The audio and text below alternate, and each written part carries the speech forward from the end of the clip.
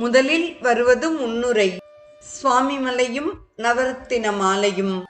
சோழ வளநாட்டில் காவிரியின் இரு மருங்கிலுமாக 190க்கும் மேற்பட்ட தேவார பாடல் பெற்ற திருத்தலங்கள் அமைந்துள்ளன.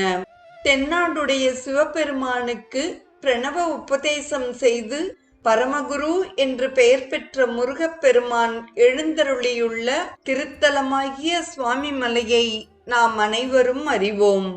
நக்கீரரின் திருமுருகாற்றுப் படையில் குறிப்பிடப்படும் ஏரகம் சுவாமிமலைதான் என்பது அருணகிரிநாதர் உள்ளிட்ட அருளாளர்களின் கருத்தாகும்.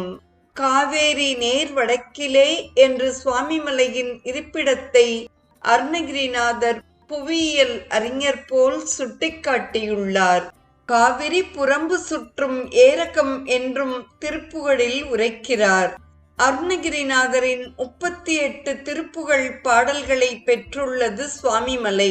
சங்கீதமூர்த்தி ஸ்ரீ முத்துசுவாமி தீட்சிதரின் கிருதிகளிலும் சுவாமிநாதன் போற்றி புகழப்படுகிறான். நாட்டை ராகத்தில் அமைந்த